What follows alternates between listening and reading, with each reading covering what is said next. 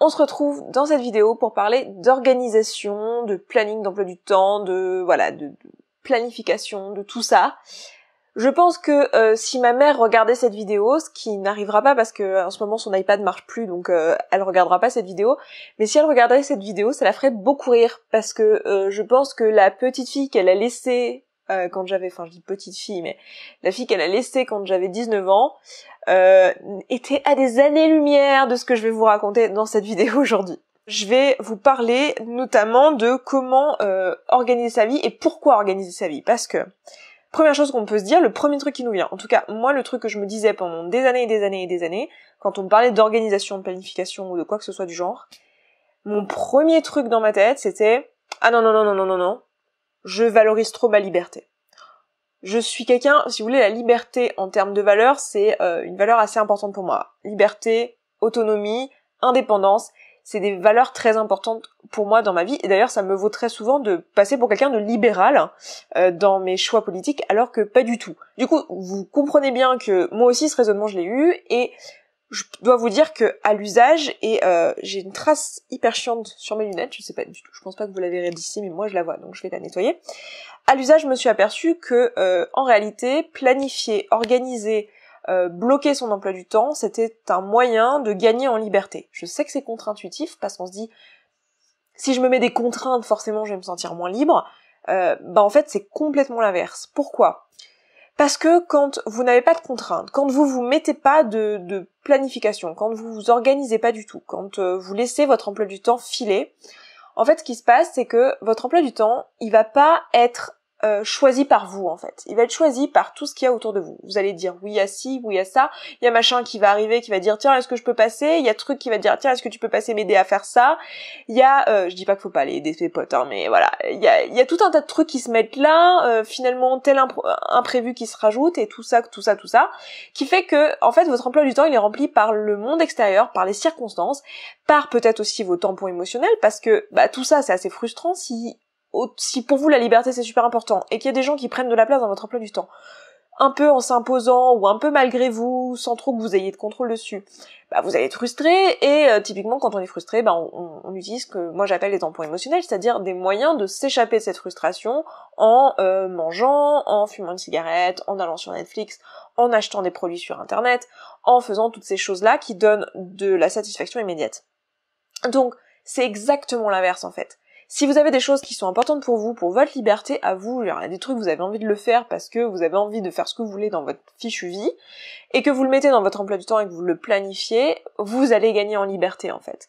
Ça veut pas dire que vous n'aurez pas de contraintes, mais c'est juste que ces contraintes-là, elles vont être choisies. Au lieu d'être avec des contraintes qui sont subies par le monde extérieur et imposées par vos circonstances, c'est des contraintes que vous allez choisir et vous allez voir qu'elles sont pas désagréables ces contraintes-là.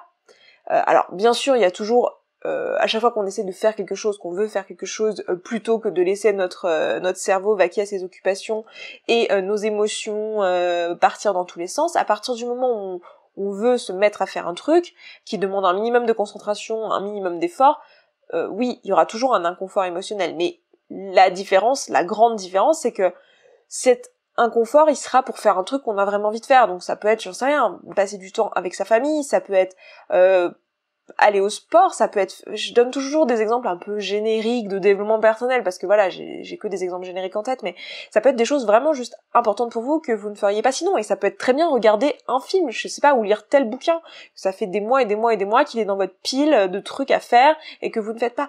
Donc le fait de le mettre dans votre emploi du temps, ça va vous donner la liberté de vraiment faire les choses qui sont importantes pour vous, parce que c'est bloqué dans votre emploi du temps, il y a rien d'autre qui peut se mettre à ce moment-là, et c'est vous qui jouissez de votre temps comme vous l'entendez.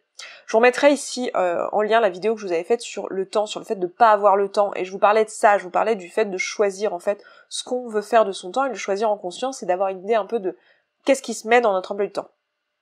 Donc une fois qu'on a compris cette notion, que planifier c'était pas quelque chose qui allait enlever à notre liberté, mais c'est tout l'inverse, la question ça va être de comment faire en fait ? Comment faire en pratique si comme moi vous êtes une noob avec les agendas, que vous avez jamais tenu un agenda plus de 3 jours après le mois de janvier, genre le 10 janvier ça y est c'est fini, l'agenda il est au placard. Comment faire en pratique ? Quoi planifier ? Quoi faire de suite ? Etc. Je vous avais montré il y a un petit moment, alors je sais plus dans quel livre je l'avais lu, je crois que c'est peut-être Seven Habits of Highly Effective People, peut-être, je ne sais plus, je vous retrouverai ça parce que je me rappelle plus. En fait, au bout d'un moment, je confonds un peu les différents livres que j'ai lus sur le sujet, donc voilà, je finis par m'emmêler les crayons, comme on dit.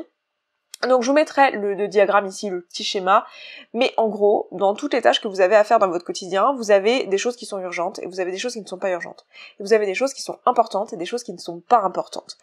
Dans notre vie, on a tendance à osciller entre ce qui est urgent et important et ce qui est ni urgent ni important.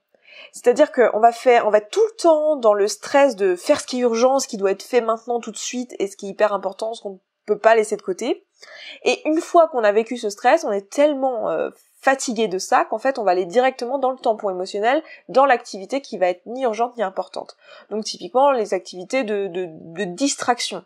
De distraction, pas de repos ou qui permettent de se sentir mieux et de se reposer vraiment l'esprit, mais vraiment de la distraction. C'est-à-dire quand vous avez passé 2 heures sur YouTube ou sur Netflix à regarder des trucs sans importance qui vous encombrent l'esprit, vous n'êtes pas reposé à la fin, vous n'êtes pas ressourcé, vous n'êtes pas bien comme quand vous avez vraiment regardé un film ou lu un livre que vous aviez vraiment envie de lire, ou un film que vous aviez vraiment envie de regarder. Vous n'êtes pas comme quand vous avez passé du temps de qualité avec vos enfants, avec votre famille. C'est pas du repos, ça, c'est plutôt du tampon émotionnel. Donc mis à part ces 2 catégories-là, il y a les choses qui sont urgentes mais pas du tout importantes. Bon bah ça, malheureusement, soit on les fait soi-même, soit on a l'opportunité de les déléguer. Donc si on peut les déléguer, typiquement le ménage, vous voyez, dans une maison, à l'échelle de votre vie de famille, c'est pas le truc le plus important. Voilà, c'est un truc qui peut être délégué. C'est pas grave si c'est pas vous qui le faites. Vous voyez ce que je veux dire? Donc voilà, dans cet esprit-là, donc que vous soyez dans votre vie privée ou dans votre entreprise, déléguez ce que vous pouvez déléguer ou faites-vous aider pour ce que vous pouvez aider. Par exemple, le ménage, c'est typiquement quelque chose, on peut se répartir les tâches à plusieurs des membres dans la famille, par exemple. Donc, et ensuite, ce qui va rester, la dernière catégorie, ça va être les choses importantes et non urgentes. Et ça, les gars, c'est toutes les choses qui vont vraiment faire une différence dans votre vie. C'est tous les trucs que vous repoussez tout le temps. Je dis vous, mais moi pareil.